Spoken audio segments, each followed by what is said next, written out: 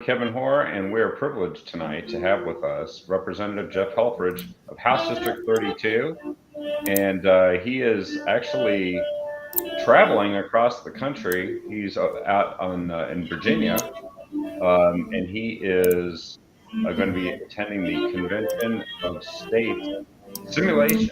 And so we're going to hear about that, plus the legislation that he presented in his session recap. There's a lot to talk about there. And this is the first show that we've ever done with a saxophone music background to it. So this should be a new adventure for us all.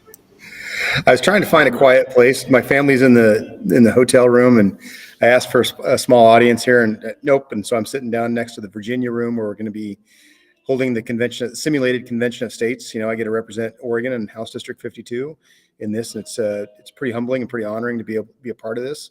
And we flew in. We left. I think it was Saturday night, like at 10 o'clock, and flight delays and everything else. And we ended up getting finally here.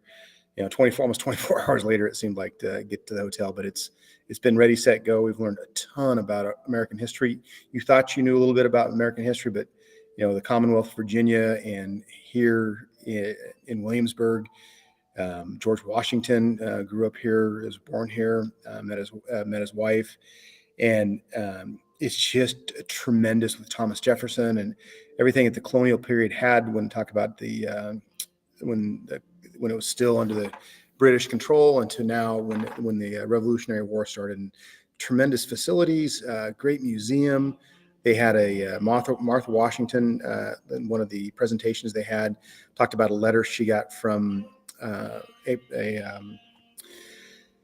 Adams' wife, President Adams' wife, about how should I be the first lady or the president's wife, and I need your help with this, Martha. And just went through this whole thing. It was about a 45-minute presentation. It was just she was talking to the audience in character, and it was tremendous. The amount of pageantry, but the research that they do here, just the historical part of this. If you ever get a chance to visit here, it is well worth it. It's a part of our history. That's why I served in the military, and why I sit in the Oregon State House right now, is because of the stuff that happened here. Yeah, and it's interesting because these people really laid it on the line. George Washington was out getting shot at.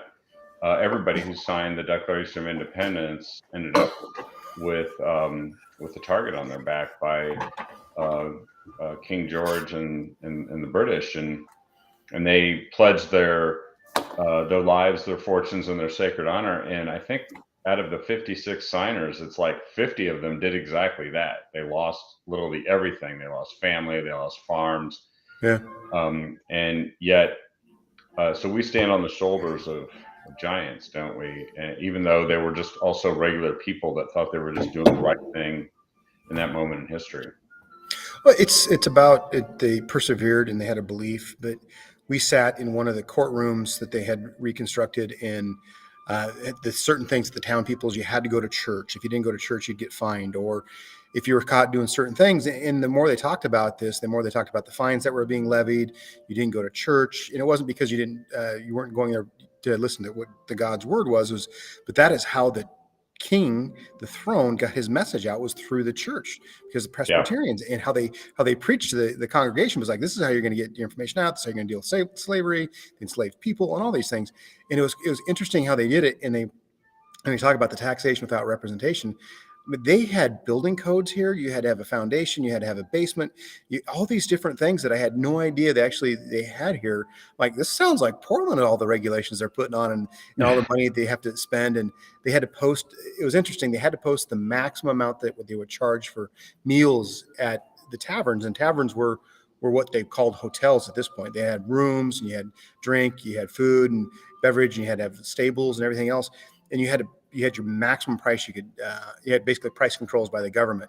So really, where you made your money is when you're bartering at the other end for the wine, the beer, the spirits, the beef, the lamb, whatever it was, to make that difference. And it was interesting just to, I've only been here for probably 36 hours, I think is what we've had here so far. We got here, Sunday morning at 9, call it 10 o'clock here local time. And it has been just ready, set, go. And it's very humbling and very interesting seeing all the sites that they have. And again, if somebody gets a chance to be out here, book that trip, save up your nickels to get out here. It's well worth it. The thing I did notice when we had a layover, flew from Charleston to landed in Charleston, and our flight to Richmond was delayed by 8 hours, and so I found another flight to Norfolk from Norfolk to fly into Norfolk and then drive here. And it was about the same mileage is what it kind of figured out to be. But we landed at the airport in Norfolk. You saw military honoring our heroes. Hey, job opportunities. Just the patriotism in the airport was just incredible. And they had all the different companies that were hiring your veterans. But when you walked out of the airport, there's no homeless camps. There's no graffiti. My wife and I commented about all that. No graffiti, no homeless camps, no tents. It was all clean. And I asked we took an Uber Lyft, or took an Uber from the airport to the hotel here, and I haven't seen a homeless person once. I saw one person standing in the middle of an intersection, asking for money, and that was it. One out of this whole time, and I was like, "Holy smokes!" It's just you need to realize we've been conditioned to believing that that's almost normal to have that around us all the time. If you just get out of Oregon, you're like, oh my gosh, the rest of the country's not like this. They'd have you believe it is, but it's not. And the failure in leadership in Portland has been huge, and you see it every day. You go into Portland, businesses are leaving. I just saw our Oregon article about Multnomah County taxes are down by $1 billion. Oh yeah, $1 billion. That if that doesn't wake up the politicians, I don't know what does in Portland, because you had Mayor Wheeler is a failure. His leadership is a failure. He has come out, did a 180. Now I'm going to be pro-police and get more police out here and fight crime. Well, where were you at 2.5 years ago when you helped instigate all this and instigate the downfall of Portland? That's going to read on your resume. Downfall of Portland, Ted Wheeler.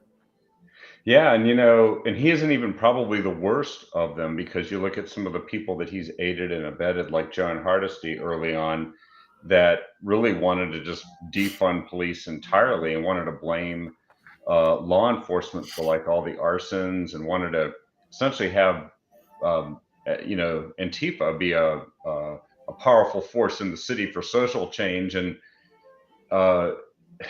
it really, if it's turned a corner, I'm glad. But I think Portland and to some extent Oregon, but especially Portland, aren't they serving as kind of a warning to the rest of the country? If we tell them, yeah, guess what? This is weird because I'm not seeing homeless tents everywhere. This tell them that. I mean, your community.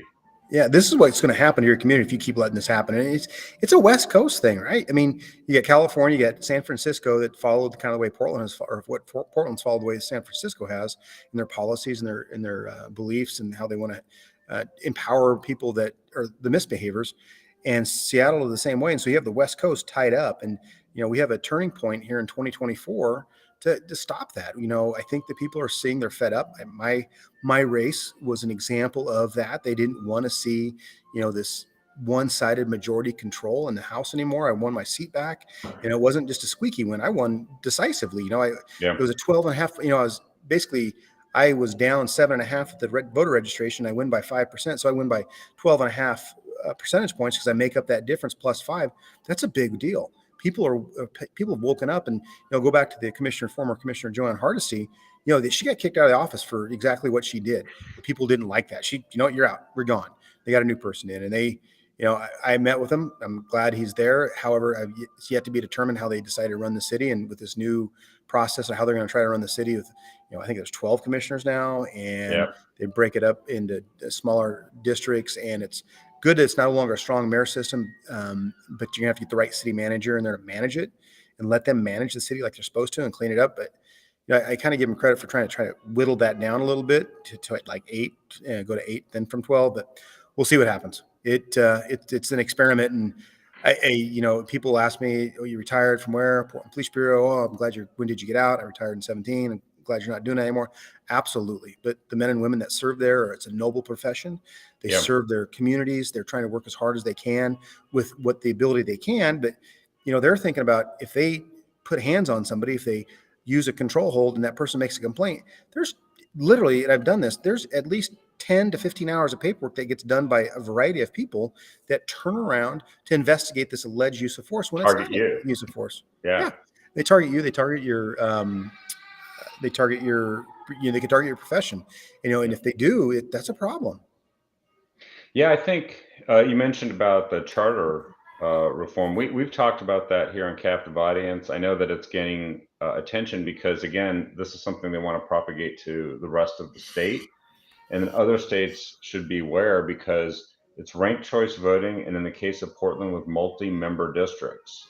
So you're going to have 3 people elected on ranked choice voting, which means that somebody could get well less than 25% of the vote and actually become a city councilor, Yeah. which means that some of the people that we thought we just finally booted out or prevented from gaining more power might actually be on the city council, like Sarah Iannarone, or I like to call her Sarah I Am Antifa, because she said she's the Antifa candidate for mayor in 2020.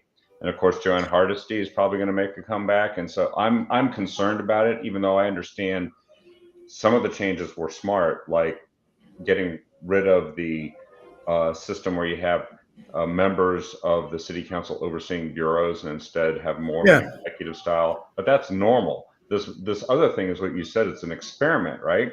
Right. Aren't we being experimented on with Measure 110, for example? Oh, it's a huge experiment. I mean, hey, we've talked about decriminalizing drugs, and Sheriff Reese, I worked for him when he was the police chief in Portland, and then I worked for him for a brief time when he was sheriff in Multnomah County. He came back from a trip when he was with the bureau. He was the chief and went and saw Vancouver and some policing conference they had there. And he said, we'll end up becoming more peacekeepers than police officers enforcement, because we're trying to, that's true, that's happened, become more of a peacekeeping role than actually going out enforcing. But he says what you see going on in Vancouver, BC is what you're going to see in Portland, the open air drug markets and all that. When I was on horses up there, we were up there in 2000, actually it's 2001, I remember that, up there riding around, and there's open drug markets. We were in full uniform, obviously not carrying a gun in Canada, they won't let you, but we're riding around with the other mounted patrol from Vancouver, BC and the RCMP. And they're like, hey, aren't you going to get this guy a ticket, pours alcohol? I goes, no, it's legal here to do that. I'm like, you're kidding me. They had a whole section for them. They could do shoot up in the open public. And you're seeing that in Portland now. They use that place off of Washington Street, that old kind of strip mall, enclosed strip mall area that was just a drug den. And it's horrible. I mean, the people of Portland deserve better. They pay some of the highest taxes, and they pay multiple different tax rates on everything. And this is the job they're getting out of their city government. It's not the police officer's fault. It's not the police chief's fault. It's the mayor, because it's a strong mayor system. And I hope this more executive style leadership in this new era, this new experiment we're watching, will come in and be better. But I have my suspicions that it's not going to work as well as we think it should. If he toned it down to a little bit to maybe 8 more representative from each part of the city, because I think East County of Portland really gets left out of that. They don't really believe anything exists past 39th Avenue, let alone 205 or 82nd. Then you hit 205. Anything East 205, that's just a voter. They're going to give me my votes, no big deal. And that's just wrong. And I saw that. I heard that a lot from citizens. I remember my officers, they got the app on their phone and report a pothole. They're out there every day just lighting up Peabot and where the potholes were all at and getting them fixed and stuff. And anyway, the people out in East County really suffer. And now the people down, in the Pearl, in North Portland, in Southwest, this problem is just moving everywhere. It's a cancer that we need to get rid of, is what it's happening. We need to treat it decisively. And by the way, you mentioned earlier about that story about how much income is lost. It's $1 billion has walked out of the city in terms of tax revenue. $1 billion, which we know is actually a pretty significant amount. But guess what?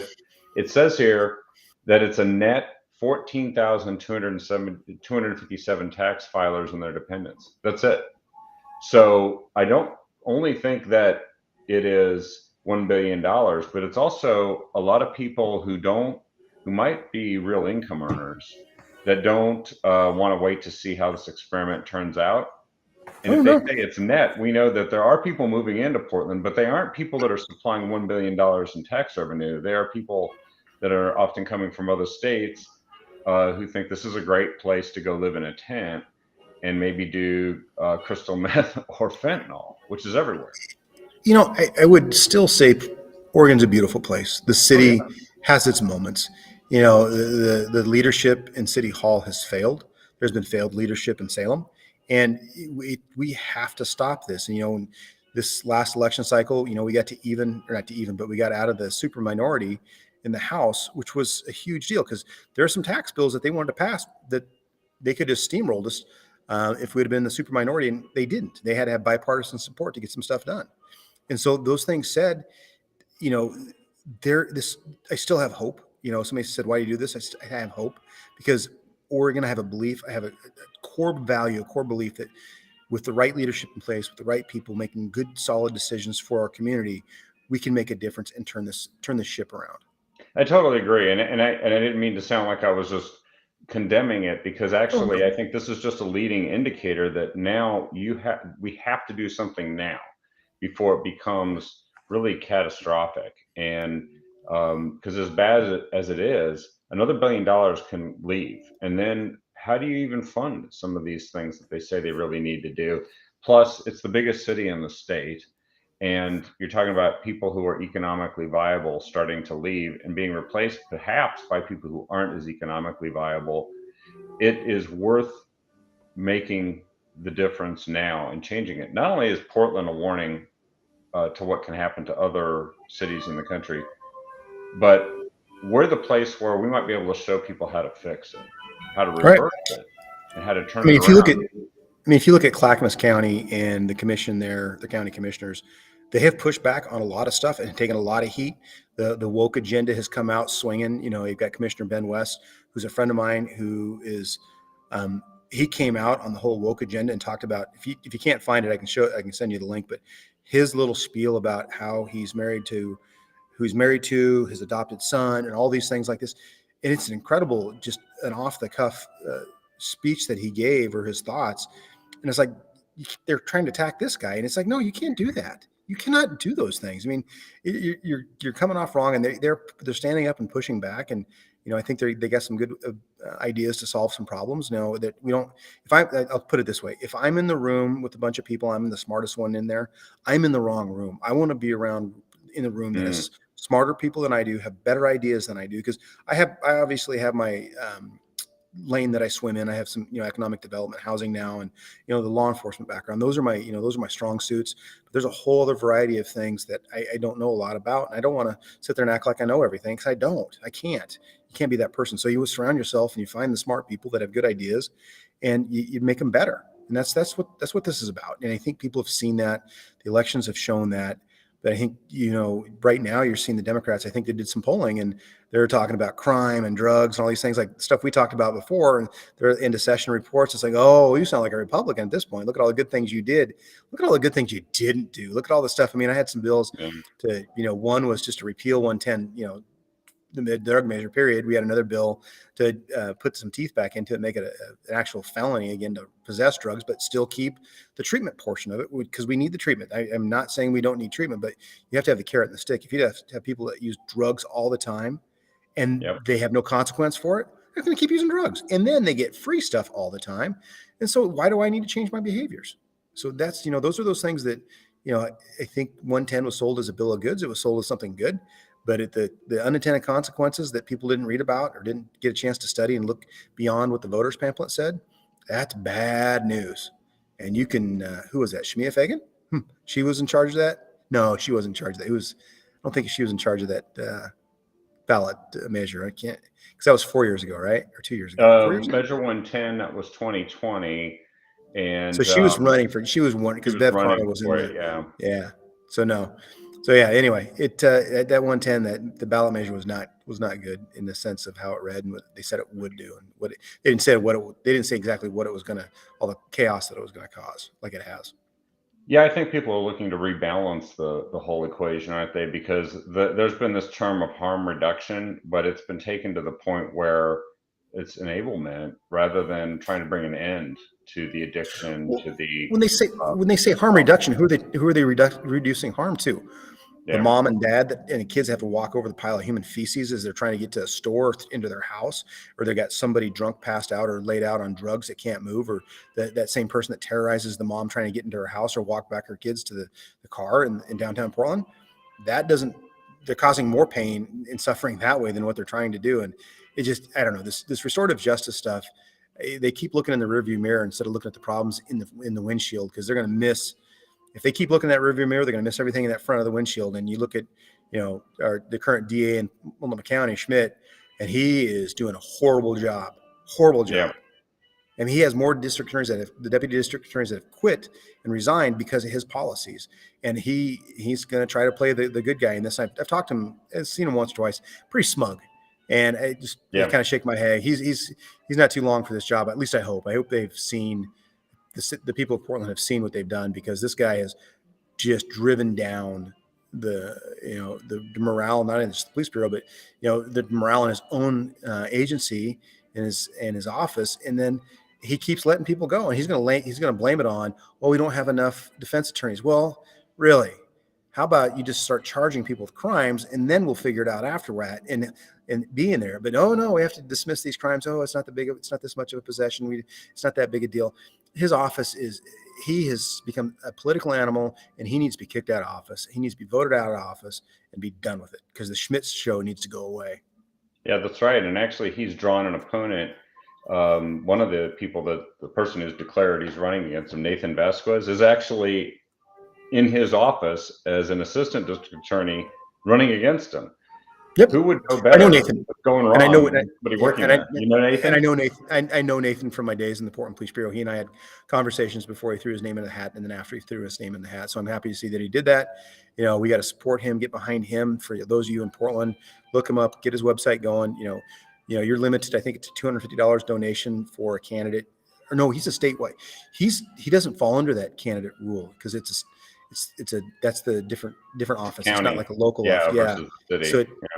So it doesn't fall into that $250 donation. But if you guys know him, if you want to see change, get his name out there, listen to him speak, talk to him. I told him, I gave him a lot of advice on how to get his name messaging out, but hear him out the opportunity to. So if you want change, you don't like what's going on in the DA's office now. He's the person that's been on the ground, been trying cases and getting convictions, but he sees what's going wrong in that office. Yeah, so that's the thing, is that we can't just sit back and say, well, this is going to fix itself now that somebody's running against Mike Schmidt. No, there are forces aligned that still think what Mike Schmidt's doing is great, and they want to see more of it, and they're supporting people just like him in cities counties across the country. So we're going to have the Soros stuff, the Soros effect. I mean, that guy, he needs to be stopped in his tracks. That whole foundation. That is just a mockery. Why you have this guy in here meddling in American politics like he's doing is beyond me. But he sets up his little shell games and all these things, and it's just like it's a force of evil on his part, pure evil. He wants to delegitimize America. He wants to make America not great. He wants to make America equal grounds to everybody else, and that's not the way it is. We need to be proud of our country, secure our borders, have laws, be the rule of law. But that guy, no. He's horrible for this country. So, why don't we walk through some of the bills that you mentioned in your session recap, and I'll post a link for everyone to get to the session recap here.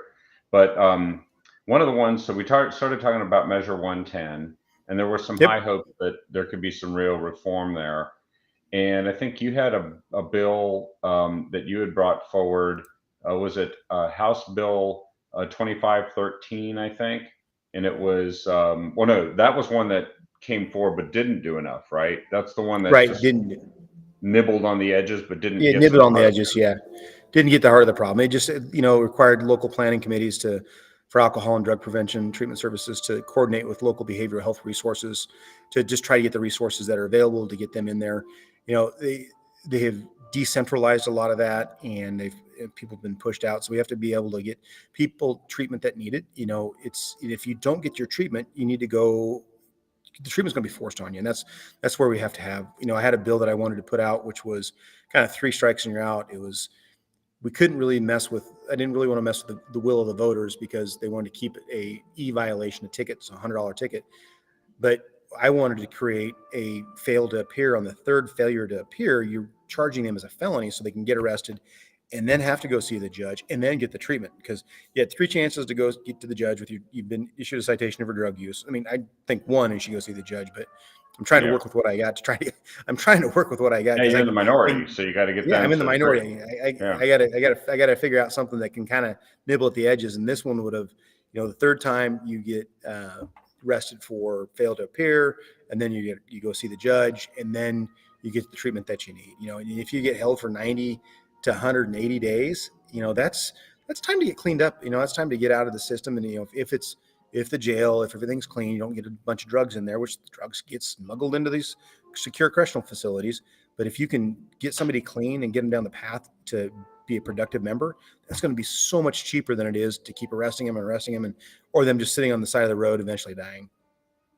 Well, and that's just it, is that right now the system we have seems to be almost enabling and encouraging people to die, sometimes a little bit more slowly than they would if there was nothing, but it's still not a path to ending homelessness, Yeah. addiction, and all the things and the crime that goes along with it. Because no wonder Mike Schmidt, says he needs more defense attorneys. He's arresting people, turning them back out on the street. They're reoffending, and so you've got this constant cycle of like crimes that you have to prosecute. Oh, I sit on the Joint Ways and Means Subcommittee for Public Safety, and the defense attorney bars came in, and they have a system where they farm out a lot of stuff to private law firms for these defense attorneys and their contracts, and they needed more money. We gave them 300 million. They need another 300 million, and there's a point where you can't throw all this money at these problems. And, Representative Kevin Mannix, he was in the House and the Senate before he ran for governor, almost won. He and I had a long conversation about, type of reforms that could happen. And I think if you reform the district attorney's office, where you made them county employees, each county, or not district attorneys, but the defense attorney's office, defense attorneys made them a branch of the county where you have actual defense attorneys that work for the county. That's their job. That's what they do. They have a person that oversees them.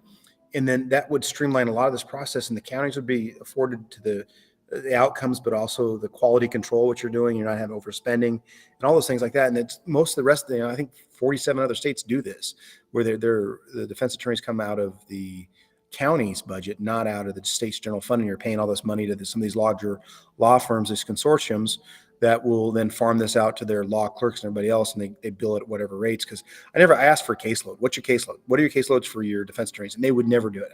3 times I asked in committee, and they never gave it to me. So it's like, all right, I can't support your system because you're not giving me the information that I want, or you're hiding it because it's not going to look good on you. And that was more of the hiding of it. They were hiding stuff, and it's unfortunate. It really is. They bring discredit upon themselves, because I'm very skeptical next time they come with their open hands and asking for something in committee. I got a long memory. If you didn't do what I asked you the first time, what good is it now? Well, and that's measuring results, not just inputs, right? And then accountability for those results. And if they can't give you that data, they're digging themselves a hole, at least with you. And I think increasingly more members of the state legislature who see money flying into the system, and they're seeing things actually at times get worse. And we've seen it with a lot of things, right? Because there's a lot of money being spent on things, but then we turn around and we ask, so what results did we get? And we're told what we need is to put more money into it and wait for more time. And it's hard to see how that can't continue unless we start seeing results.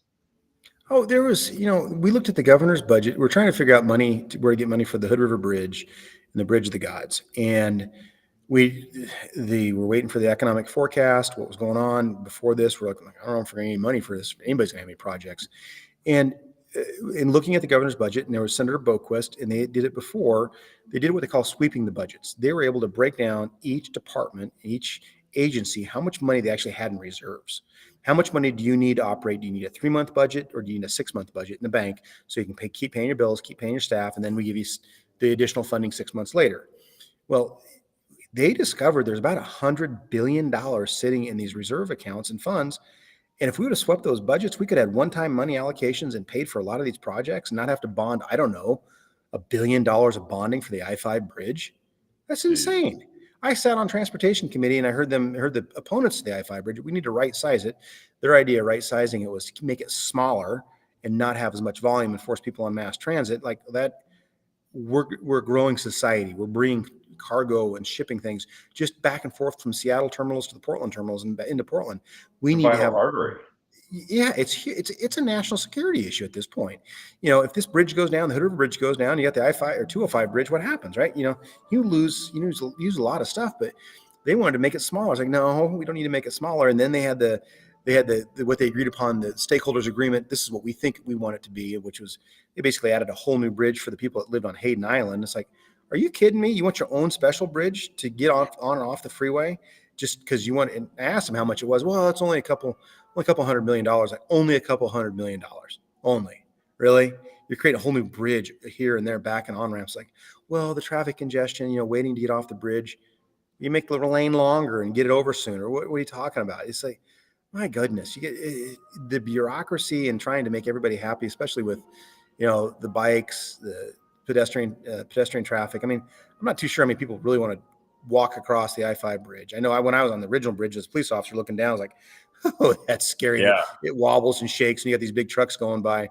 And then, it's windy. and it's really windy. I mean, Fremont Bridge is even worse, but up on the I-5 bridge, then you want to make the lane smaller. It's like you have these big trucks. I mean, you got to get a vehicle off that's broke down, at least get it off the side so you can get traffic flowing, because it was horrible. And then on top of that, we're talking about mass transit, and that was the biggest bugaboo for Vancouver long ago, was they didn't want to have the MAX train coming in there because they saw crime and the misbehaviors coming into Vancouver, and that was an easy way for them to get there. And Yep. really, I think the MAX track has done that, because if you look East County, you go out in the numbers, what they refer to as out in the numbers along Burnside, 148, 162, 178, 172, all those things out there, it's crime ridden all along that MAX rail, all along that. It was there for a purpose, to help people that needed to have that service. But I think Neil Goldschmidt really did us dirty when they took the Mount Hood Highway away and gave that money to transit to make that was the downfall of transit and making more freeways around here, was that guy. Yeah, and they've been telling on the west side of Portland, they've been telling us for a couple decades now that there's no way they can widen 217, which it's like, it's a highway that's about 20 years behind the traffic that's going down it. So no wonder it's terrible all the time. I don't think that they have ever really thought through a rational plan, because they keep talking about how they want to get everybody onto mass transit, but you watch that, and the things are increasing.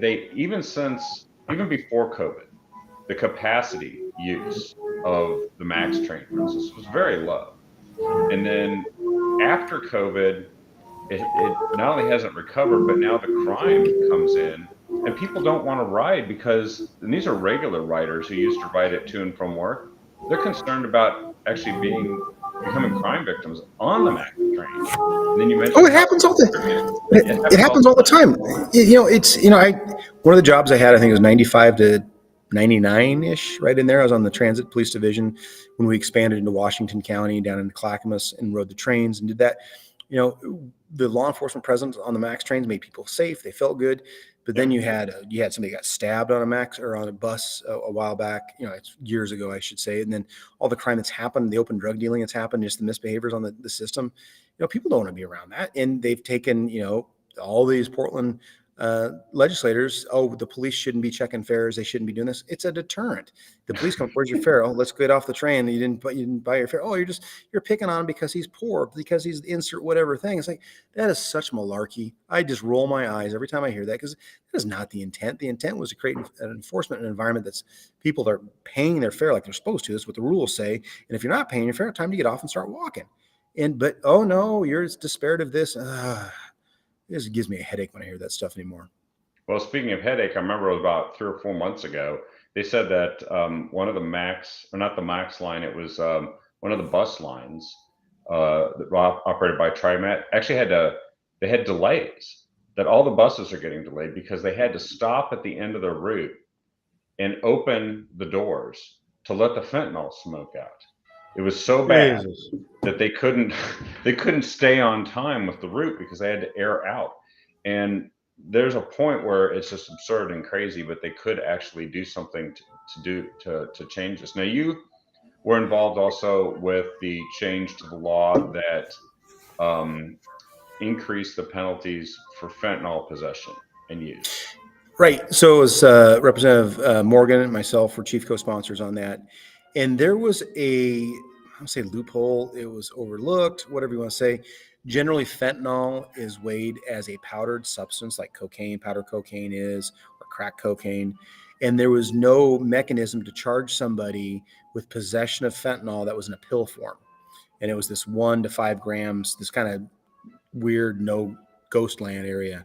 And so we're able to get that at least to a misdemeanor. And so that I was pleasantly surprised that got passed. I was waiting for some naysayers, but if you just looked at the statistics, the fentanyl coming across our southern border. You look at the amount of fentanyl deaths that are happening. And I sat on the House floor, talked about it. It's like, how do you say no to this bill? How do you, it's just it's just a misdemeanor. I mean, I wish I could put more teeth into it, but you take what you can get. You fight for what you live to fight another day. And so we got something. You validated an idea that's taking things in a different direction than where they've been heading too, right? Oh yeah, this isn't working, so we got to try something different. It's like not keep waiting. It's like we're seeing what happens when we wait and we don't deal with fentanyl. People are dying. There's the largest seizure that Multnomah County had, I think, in its history of fentanyl this past week. Multnomah County Sheriff's Office.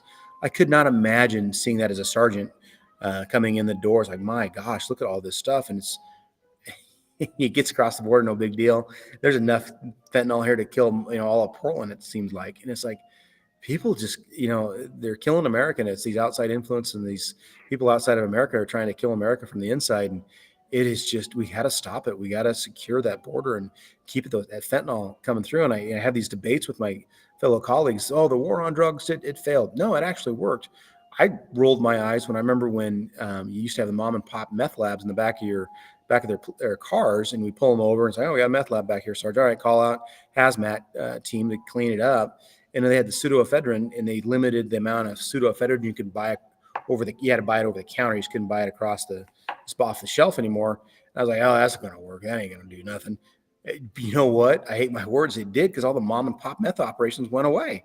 They put super labs in Mexico. Yeah. Okay, we created another problem, but at least we got the mom and pop, meth labs out of the back of the car, or your next door neighbor in the apartment that you're living next to, or something like that. So the war on drugs did work. That's a shining example of that, where actually legislation, people knew what they're doing. It actually worked right. And so, I have an opportunity. Congressman Bentz asked me to if I'd be interested in coming to Congress, and when they're talking about this, and hopefully I get a chance to testify before Congress on this, because I do have intimate knowledge, not only as a state legislator, but also as a former retired police officer. I've seen what happens when we don't enforce laws and we allow these drugs to come into our communities. And you talk about the decline in Portland, but you look at our housing issues, you look at crime, all this, the root causes are coming from mental health and drugs are, magnifying the mental health issues. And so in all those things that are combined, and our housing is so expensive, there's a fix to this, but we got to work on a coordinated effort and let it happen. If you don't, you're going to keep seeing this decline in our society, and it's going to be like Escape from New York, I think, or it's going to be Escape from Portland. It's just all the thugs running it.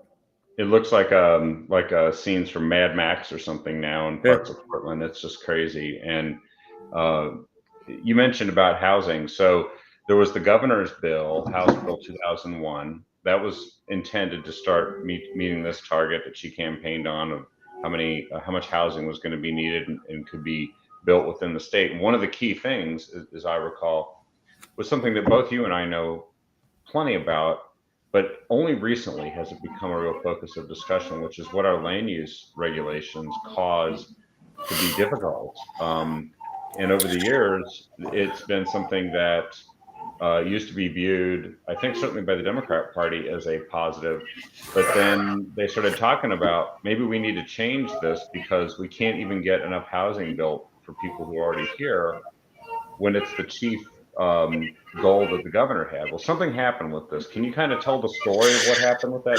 So 3414 is the other one. So 2001 was the Emergency Declaration Act that the governor wanted to have the homeless stuff. So 2001 was a homeless package. It did have some production in it, kind of streamlined some processes to get housing started, but it didn't include land use. It didn't include any of these things.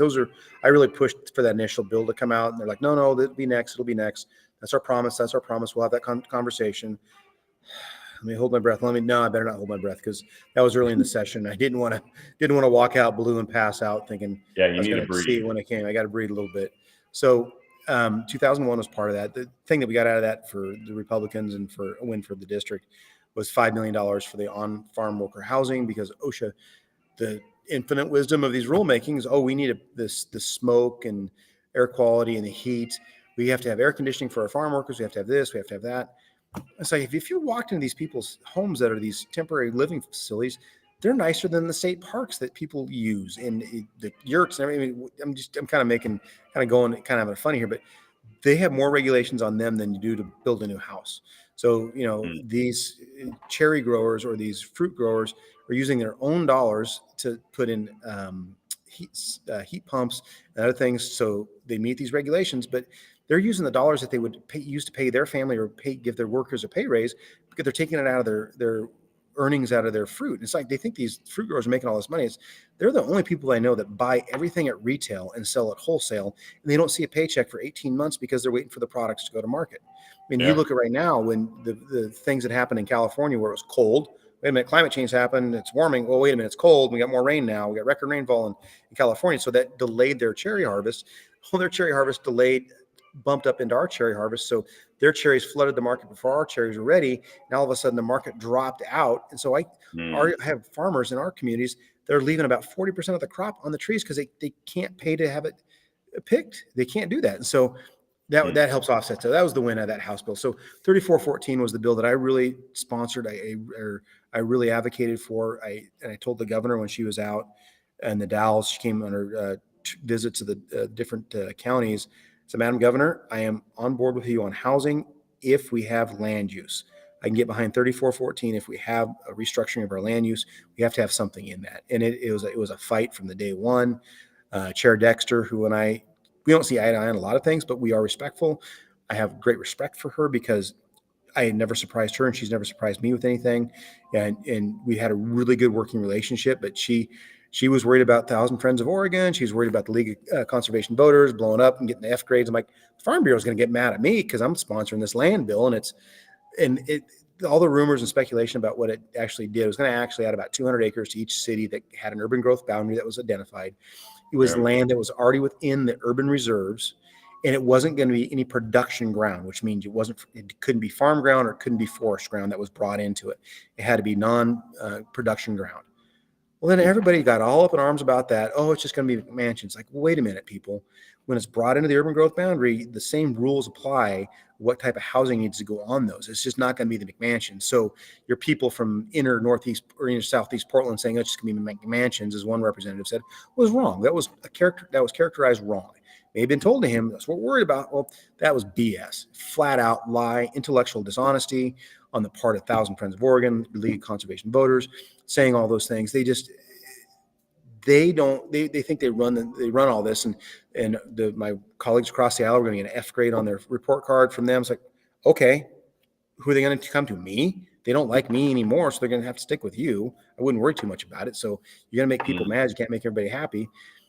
But I worked really hard. I rallied the troops. I got every Republican to come back that was scheduled for some doctor's appointments or whatever it was on I think it was Tuesday night or whatever night it was. Got them to come back into the House and take one vote one night. And we passed out of the House. We had more Republicans voting on a bill than we had Democrats voting on a bill. Wow. And there's more Republicans in the Senate that voted for this bill than there were Democrats. And there's two, Senator Gorsuch and Senator Patterson. They had been lobbied. They had been talked to. I went around and talked to everybody. I talked to everybody, not only on the Republican side, but the Democratic side. Can I get your help? Can you help me with this? Get across the finish line. No promises, but we'll try. Did the same thing on the Senate. The governor came in, and Rob Wagner failed Oregon. He failed in the moment because why he failed? You had Senator Gorsuch or Senator Patterson that were going to be yeses that turned around. Somebody got to him and said no. The special interest, the status quo got to them. And the governor worked behind the scenes to work with those senators and others to hold that coalition together to get to yes. Needed one more vote. And they had that vote. And they sent a note to President Wagner, who failed again. He failed Oregonians. He failed in the moment. Said, can you please reconsider? You don't have to have a vote of the majority of the senators because the Senate rules were suspended because of imminent sine die, which means the end of session is close. It's going to happen any moment. Yeah. He could have said yes, reconsidered the vote, reconsidered it, and it passes.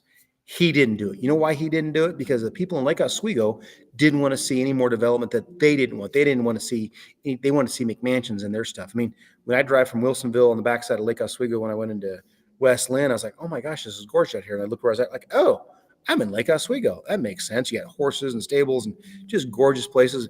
They don't want the homeless problem where they're at. They don't have density housing where they're at. They don't like that out there because they have all the money. And that's where Rob Wagner, that's who he represents, is the money. And I liked Rob until that point. I couldn't believe that. I was furious. When the Oregonian called me about it, I was livid, and they didn't put any how livid I was. But he failed leadership. He had a failure in leadership. His whole Senate presidency is a failure. Yeah, that's well, and the way he handled and really, frankly, mishandled to the point that he wasn't even somebody who was able to negotiate with the Senate Oh no, Republicans. Yeah, he was unable to. He had to find someone else. the Senate Majority Leader, and not even the leadership person, the person who ran against him, Senator Taylor, had to come in and negotiate with Senator Knopp.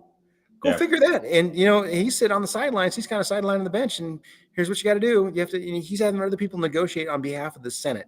The Senate president couldn't even do that. He couldn't bring people together. It's like the moment was too big for him, unfortunately, and it was a big moment. And you have to show leadership.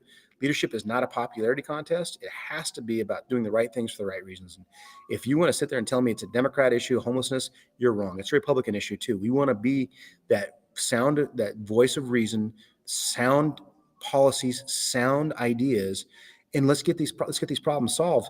And if somebody thinks it's just a Democrat issue, they're wrong. It's a Republican issue too, because we want to see people homeless. We have ideas. But the Democrats just want to throw more money at the special interest groups or throw more money at the nonprofits because they can, quote, get the money out sooner. It's like, well, I want to look at their books. How does their books work? How much administrative costs are they charging? How much money is actually getting out the door? And how long does it take to get that money out the door to the people who need it? Let's talk about that. Some of those people running those nonprofits making. Yeah, exactly. What's your payroll? Exactly. What's your payroll? What's your benefits? Because you hear the whole thing about defense attorneys. Everybody, oh, we don't have enough pay. They don't want to do this. They go into private practice. All these things, and then you hear these nonprofits. Oh, we can't get people to help join us, our nonprofit, because they want too much pay. Private sector is paying too much. Wait a minute. That's kind of what it's supposed to be about, right? Private sector makes more money than the nonprofits and the public sector. It's been turned on its head. Everybody wants to have all this equal pay. It's like, wait a minute, you're not doing half the jobs. What are you talking about? Plus, the private sector has to generate the money to pay for the public sector. So you better hope the private. Oh, sector. It does. I don't think they knew that. They don't think. No, I think you have to have the private sector to pay the bill. You have to have the private sector to pay the bills, pay that tax bill to make the nonprofits get money. Oh, that's interesting. I thought they just printed more money. Well, you listen to some people in Portland, you think that. Oh my gosh, they certainly know that businesses like LaModa can make lots of money, and they hand cash out to their campaign people. I'm interested to see how much money is passed. I heard rumors. It's rumors and speculations. I don't want to feed into that, but rolls of money, and did all that money make reported in Secretary of State's office or not? I don't know. I sure hope it did, but I'm guessing there may have been some stuff that didn't quite make it to the bank accounts like it should have.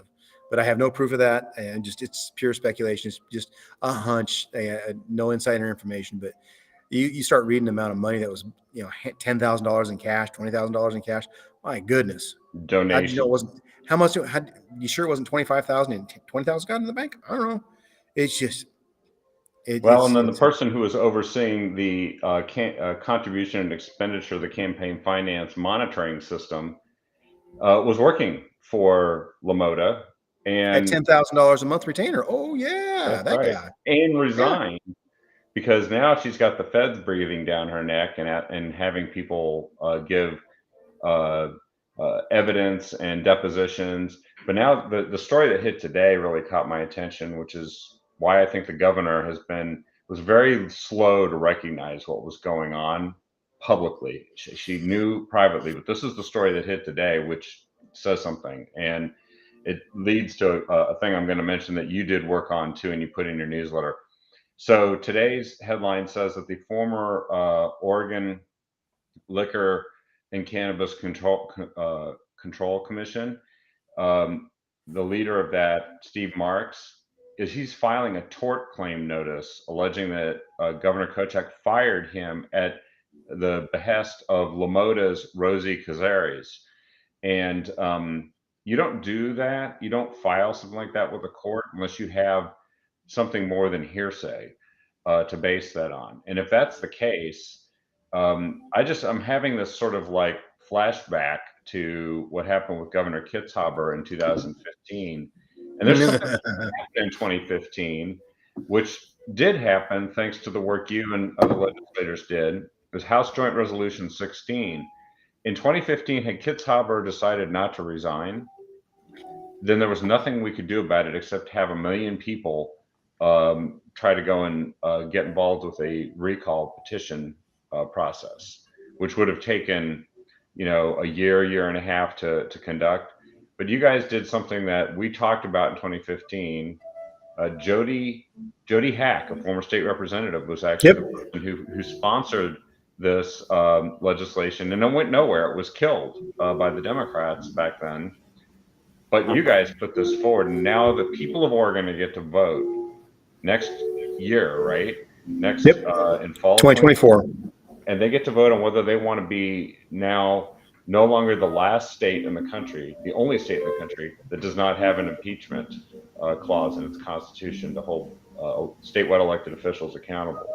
And that's a big deal. It's huge. Let's walk back just a minute to former State Secretary of State Shemia Fagan, former senator, former representative, now disgraced. It's just, if that would have been in place and she wouldn't have stepped down, but the heat was just the spotlight was so bright on her. She had to step down. She did wrong. There's going to be so much more coming out of that. These investigations, when you have the Oregon Department of Justice asking the federal DOJ, hey, can you kind of limit your scope of who you're calling to subpoena? It's getting kind of cumbersome. It's like, no, subpoena them all. Let's get this dirty laundry out there and see who really is involved in this and how deep corruption goes. But this having the ability to do an impeachment process, it goes through the courts. We just start it in motion to make it so it's not political. You did something wrong, you got to be held accountable, and then we move on to see if it's an impeachable offense. And then if it is, you get removed from office. And that's a disgraceful thing to happen to somebody. But if you do wrong, you have to be held accountable. You just can't be, I'm higher than the law. Because that's a lot of things people say is, oh, these politicians are never held accountable. It's like, well, now we've got a tool to hold them accountable. Yeah. And for me, it's just it's long overdue. I was really surprised we didn't have that process. But you have Shemia Fagan walking around like it's talking about how she's the second in charge of the state because there's no lieutenant governor, and Right. she's basically the lieutenant governor because former state Secretary of State Brown was next in line to take over for Kitzhaber. And it's like, oh my God, if something would have happened to the governor and she gets in place, oh Lord forbid what would happen to this place. Yeah, it's a close call, isn't it, for the state? Yeah, just a one-off thing happened. She could have been governor. Oh, and I still don't understand why we don't have a lieutenant governor. I think there's enough work for them to do and get some stuff done. But that's for another podcast, I think, or another stream. We'll tackle that one next session, right? Yeah. But there was one other bill that I wanted to mention that really stood out from your session update, and it was House Bill 3632. And you and I have talked about, of course, the work you've done as a member of law enforcement, the things that you know about how crime victims deal with things, and you kind of helped spearhead this one too to get it through there. Can you tell us about that one? That was one that came through, and that kind of was a big deal because it sometimes crime victims don't want to come forward. They don't think they're a victim. They suppress the memories, especially when it comes to these sex crimes, and they feel that they were part of the problem. Or they brought this on themselves, which is all wrong. They are the victims. There's predators that are out there, and there's a time where it happens as a minor, like, oh, it's not that big a deal, and all of a sudden they become an adult, like, this was wrong. I need help with this. I'm trying to cope with these things. And so that was kind of the precipice behind this. And I voted for it. And it's a great bill. It has minimal fiscal impact, and it pushes out to 30 years, which it needs to be. There's things that happen, and you have to have hard evidence. It's just not like a he said, she said deal. But as long as there's evidence that's there and it goes before the courts, that's what the trials are for. And I think it helps closure for some victims that have decided to repress this, didn't think this happened, or they were the victims of it. Because you see a lot of this stuff coming out right now, especially a lot of the stuff, the sex trafficking stuff that's come out, or this Weinstein, was it Weinstein? The guy that was the director that did that, the Harvey Weinstein. Harvey Weinstein. Yeah. Yeah, Harvey. And then you had that other guy that had his little sex island, stuff like that. And how many victims are a part of that couldn't, could prosecute? Oh, Neil Goldschmidt. right Yeah. there. Oh yeah, there you go. There's one right there. Yeah, That's right at home. and it was statute of limitations that was getting people out of accountability for that. But this did is it took first degree sex crimes, increased the statute of limitations to 20 years after the commission of the crime, or for a minor victim, anytime before the victim attains 30 years of age, 30. whatever Right. occurs. Which Yep. is it's huge because we talk about what happens to crime victims all the time on this show, and I Yeah. think that they seem to have been the big losers in what's been happening with a lot of the stuff that's been the governor releasing people under clemencies, the people that seem to be able to commit and recommit crimes.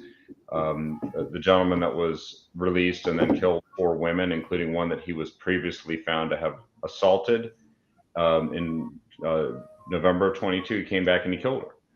And I Yeah. saw the interview with her dad, heartbreaking. Yeah. It's horrible. Victims seem to have taken it on the chin, really, in a terrible way. And this is a step in the opposite direction. See, we've had some great news here tonight because the things we're talking about, you're actually pushing the needle back in the other direction. And people tell me all the time, it doesn't matter. Republicans can't do anything in the state. And you've got at least 3 examples of where you did push it back in the right direction. Oh, I can give you countless examples.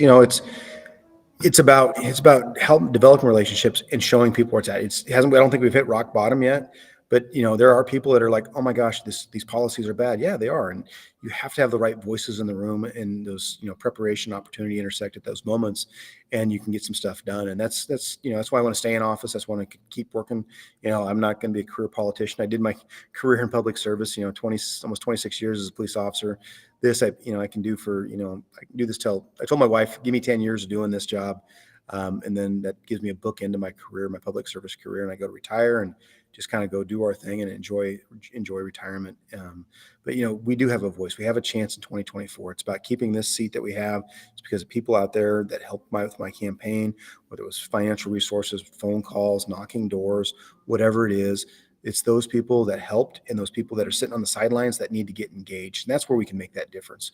And it's hard being a Republican in Oregon, but we're more purple than we realize. There's the hard red that's on the eastern side of Oregon, but there's a more moderate version of people that just let's do the right things for the right reasons, and that's what we need to do. It's law and order, God and country and family. Those are those things that we can work on. We can figure that out. But these silly policies that these extremists that are doing, these communists, these socialists, people is like, my God, what are you doing to our state and trying to do to our country? But with that, I want to appreciate your time here. And at Helfrich for Oregon, you can come to visit my website. You can go to my legislative website, but I have to build my war chest. At the end of these, I do need help. I gotta pay the bills. I gotta get my message out. I want to start campaigning now, get my war chest built up because I have a feeling they're going to come after me again. But I'm a sitting legislator. It's going to be hard for them to come get me because I've done a lot of good things and I've shown that I can work across the aisle. But I held on my beliefs I voted no on our guns bills. I voted no on the abortion bills. I voted no on those things that are the most important thing, fabrics to what our core beliefs are. But there's a lot of other gray area. There's this, there's these two. If we quit talking about guns and abortion and worked on the stuff in the middle, there's a lot of stuff we can get going and get it forward. And redoing Measure 110, putting teeth back into it, holding people accountable. Getting the help that people need for their mental health issues and drug issues. But we got to get them. We got to hold them accountable to begin with. And, we got to drive down the cost drivers of inflation. Those are big things because you have this mandatory, this overtime, this ag overtime. That's an inflation driver, a cost driver. You've got the CAT tax, which is a cost driver, which are goods and services are going up. We got to reduce those down. We have to make those. We have to have the state more livable. I sat on the semiconductors committee, and we push money out there for semiconductors to get this research done. Or we're one of 3 people in the world, 3 states and 3 places in the world that has R&D research for these chips. And we need to bring those manufacturing jobs back. But I can't sit there and tout Oregon's a great place to live if we have drug and alcohol problems and we have inflation on housing prices. So we got to drop those cost drivers down when it comes to land use. I'm not saying getting rid of land use problem, but we need to really look at and scale back and figure out how we can have more land use that's land that's not being used for any purpose, but we can put houses on it and create affordable housing because land prices are cost drivers in this. Well, and I wanted to say thank you for going to this Article 5 convention rehearsal for Convention of the States, because I got to watch the video. I just posted the video that describes what it is you're doing. And as Mhm. state legislators, this is where you actually have a role in what happens with the Yeah, country going forward. absolutely. And you're going to learn how this dress rehearsal works, because then you can come back and it says you could talk to your fellow legislators and kind of explain to them, just the way you talked about other issues here tonight, about what this actually might mean for us. And obviously, we've got problems at the federal level. This might be one way to address them. Yeah, I think term limits. I think term limits are a big deal. That's one of the things on this that they were talking about, because convention of states, the simulated convention of states, is term limits. And then, we got to get career politicians out of there. You don't need to be sitting in Congress or the Senate or become vice president and president for what, 40 or 50-year career. No, let's Yeah. step aside. 10, 12 years is enough. Move on. Nothing to see here. Let other people have their ideas and move stuff forward. There's some institutional knowledge that's good, but that can be passed down. But yeah, you got to get new ideas. Fiscal restraints, it's a huge one. Those are some things that I'm going to be part of, and I look forward to being a part of it. It's going to be a pretty neat experience. Well, maybe you can come back and tell us about what you learned from it afterwards, because I think a lot of people are curious. They've heard of it and they don't know that much about it yet. But it's a serious effort, and I think you'll be the Oregon expert on how it looks and what it might be like. And you could inform us. I don't think I'll be an expert, but I'll say, hey, I was there and this is what I learned. So Yeah, no, I think that'd be great. We'd love to have you back on, All right. Representative Helfrich. And again, your website, right. helfrichfororegon.com. helfrichfororegon.com. Yep. There's the donate button there. Whatever you can donate to help. Appreciate that, because I want to keep this good work moving forward in the State House, and get